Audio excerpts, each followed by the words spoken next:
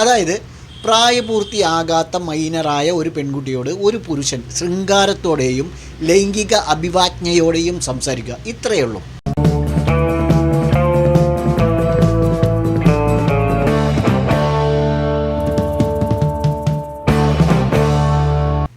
ഉച്ചരിക്കുന്ന വാക്കുകളിലെ ദ്വയാർത്ഥ പ്രയോഗങ്ങളുടെ ഫലമായി നമ്മുടെ കേരളക്കര ഇപ്പോൾ വിവാദങ്ങളുടെ ചൂടിലാണ് അല്ലേ?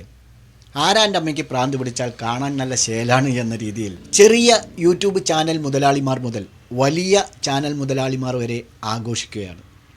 ആഘോഷം എന്നൊക്കെ പറയുമ്പോൾ പല തരത്തിലുണ്ട് കേട്ടോ. ചിലർ മുൻ വൈരാഗ്യം തീർക്കാൻ ഈ അവസരം മുതലാക്കുമ്പോൾ മറ്റു ചിലർ പരമാവധി നാണം കെടുത്താനാണ് ശ്രമിക്കുന്നത്.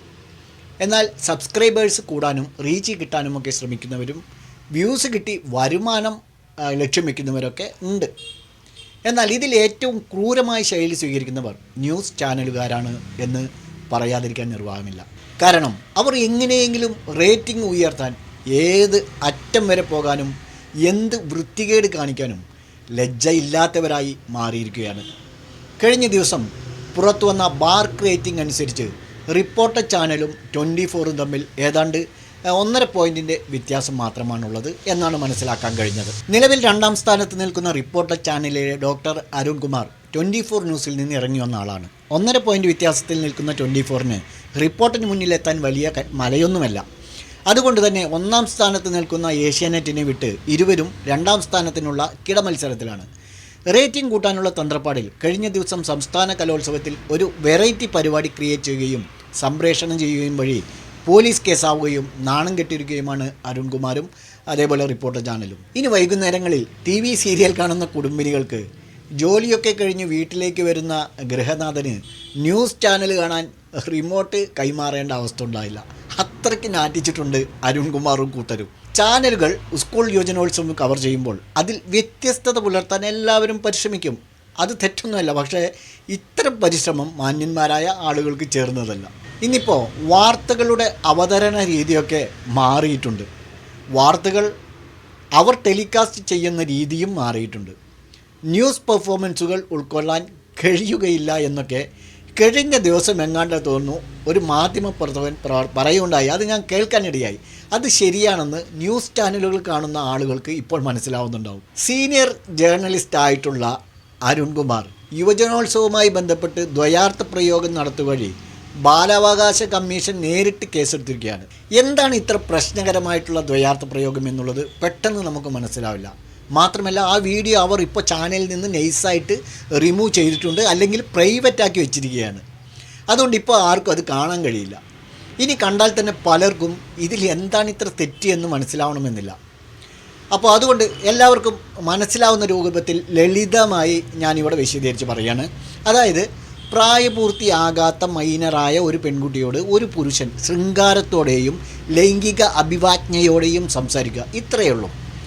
പ്രായപൂർത്തിയാകാത്ത മൈനറായ ഒരു പെൺകുട്ടിയോട് ഒരു പുരുഷൻ ശൃംഗാരത്തോടെയും ലൈംഗിക അഭിവാജ്ഞയോടെയും സംസാരിക്കുക നിയമപ്രകാരം ശിക്ഷാർഹമാണ്. മാത്രമോ അത് ക്യാമറയിൽ പകർത്തി സോഷ്യൽ മീഡിയ വഴിയും TV ചാനൽ വഴിയും പ്രചരിപ്പിക്കുകയും ചെയ്തു. അതും പോരാനിട്ട് പെൺകുട്ടിയോട് ശൃംഗാരഭാവത്തിൽ സംസാരിച്ച ആളെക്കുറിച്ച് മറ്റൊരാൾ ദ്വയാർത്ഥത്തിൽ അവനെ കാണാനില്ല, അതെങ്ങനെ ഇനി അവനെ കാണില്ല എന്ന് പറഞ്ഞ് വഷളം ചിരി പാസാക്കുക. എല്ലാവർക്കും മനസ്സിലായില്ലേ? അതായത് അവൻ ആ പെൺകുട്ടിയിൽ അനുരക്തനായി. വേണ്ട, നമ്മൾ ഇവിടെ പറഞ്ഞിട്ട് ചാനൽ ചളമാക്കണ്ട, എല്ലാവർക്കും മനസ്സിലായിട്ടാവും എന്നാണ് കരുതുന്നത്. ഒപ്പനയിൽ മണവാട്ടിയായി വേഷമിട്ട ഒരു 14 or 15 വയസ്സുള്ള ഒരു സുന്ദരിയായ ഒരു സ്കൂൾ വിദ്യാർത്ഥിനിയെ കണ്ടപ്പോൾ റിപ്പോർട്ടർ ചാനലിലെ ഷാബാസ് എന്ന ഒരു റിപ്പോർട്ടർ മയങ്ങിപ്പോയി പോലും. ആ മയങ്ങിപ്പോയതിനെക്കുറിച്ച് പിന്നീട് ഡോക്ടർ അരുൺകുമാറിൻ്റെ നേതൃത്വത്തിൽ ഇരുന്ന് വട്ടമേശ സമ്മേളനത്തിൽ ഇരിക്കുന്ന പോലെ ഇരുന്ന് ചർച്ച ചെയ്യുകയാണ്. അത് ഇങ്ങനെ ഷാബാസിനോട് അരുൺകുമാർ ചോദിക്കുകയാണ്, ഷാബാസ് പിന്നീട് ആ പെൺകുട്ടിയെ കണ്ടോ എന്ന്. ഇല്ല എന്ന് ഷാബാസ് പറഞ്ഞപ്പോൾ കാണാതിരിക്കുന്നതാണ് ആ കുട്ടിക്കും ഷാബാസിനും നല്ലത് എന്ന് പറഞ്ഞ് എല്ലാവരും പൊട്ടിച്ചിരിക്കുന്നു. ആ ചിരിയിൽ തന്നെ, ആ വഷളം ചിരിയിൽ നിന്ന് തന്നെ എത്ര അറിയാത്തവർക്കും മനസ്സിലാവും ഈ പറഞ്ഞതിൽ എന്തോ ദ്വയാർത്ഥമുണ്ട് എന്ന്. എന്തപ്പോൾ ആ കുട്ടിക്ക് ഇവനെ കണ്ടാലും ഇവനിക്ക് ആ കുട്ടിയെ പിന്നീട് കണ്ടാലും. ഈ അരുൺകുമാറിൻ്റെ ഒരു കാര്യം അങ്ങാടിയിലെ തിണ്ണയിൽ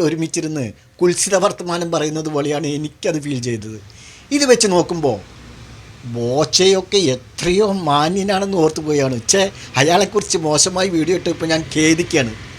കാരണം വൃത്തികെട്ട ഭാഷയിൽ ഡോക്ടർ അരുൺകുമാറിനെ പോലെയുള്ള ഒരു കോളേജ് അധ്യാപകനായിരുന്ന ഒരു മനുഷ്യൻ്റെ വായിൽ നിന്നും ഇങ്ങനെ വരുമോ എന്ന് ഓരോ മലയാളിയും ചിന്തിച്ചു പോകും. ഈ ഷഹബാസ് എന്ന് പറയുന്ന റിപ്പോർട്ടർ കേവലം 14-15 വയസ്സുള്ള ഒരു പെൺകുട്ടിയോട്, അതും സ്കൂൾ കലോത്സവ സ്ഥലത്ത് വെച്ച് ലൈംഗിക തൃഷ്ണയോടെ പേരെന്താണ്, എവിടെ നിന്ന് വരുന്നു, ഭയങ്കര സുന്ദരിയാണ് കേട്ടോ, കോസ്റ്റ്യൂമൊക്കെ അടിപൊളിയായിട്ടുണ്ട് കേട്ടോ എന്നൊക്കെ പറയുകയും ചോദിക്കുകയും ചെയ്യുക. അതൊക്കെ കഴിഞ്ഞ് ആ കുട്ടി അവിടെ നിന്നും പോകുമ്പോൾ ഒന്ന് തിരിഞ്ഞു നോക്കൂ എന്ന് പറഞ്ഞ് ആ കുട്ടിയെ തിരിഞ്ഞു നോക്കിപ്പിക്കും. അത് മ്യൂസിക് ചേർത്ത് റീൽസ് ആക്കുകയും വാർത്താ ബുള്ളറ്റിനാക്കുകയും ചെയ്തു ക്യാമറയൊക്കെ പിടിച്ചിട്ട്. ഈ ചെയ്ത്ത് അങ്ങേയറ്റത്തെ ചെറ്റത്തരമാണ് എന്നാണ് നമുക്ക് പറയാൻ കഴിയും. ഈ പ്രവൃത്തിക്കെതിരെ സാമൂഹ്യ മാധ്യമങ്ങളിൽ പ്രതിഷേധമുയർന്നപ്പോൾ ബാലാവകാശ കമ്മീഷൻ്റെ ശ്രദ്ധയിൽപ്പെടുകയും സ്വമേധയാ കേസെടുക്കുകയുമാണ് ചെയ്തിട്ടുള്ളത്. ഇവിടെ ഈ കേസിൽ ബാലാവകാശ കമ്മീഷൻ മാത്രം കേസെടുക്കേണ്ട ഒന്നല്ല എന്നാണ് മനസ്സിലാക്കുന്നത്. പോലീസ് നേരിട്ട് അരുൺകുമാറിനെതിരെയും റിപ്പോർട്ടർമാർക്കെതിരെയും റിപ്പോർട്ടർ ചാനലിനെതിരെയും പോക്സോ കേസ് രജിസ്റ്റർ ചെയ്യണമെന്നാണ് എൻ്റെ ഒരു അഭിപ്രായം.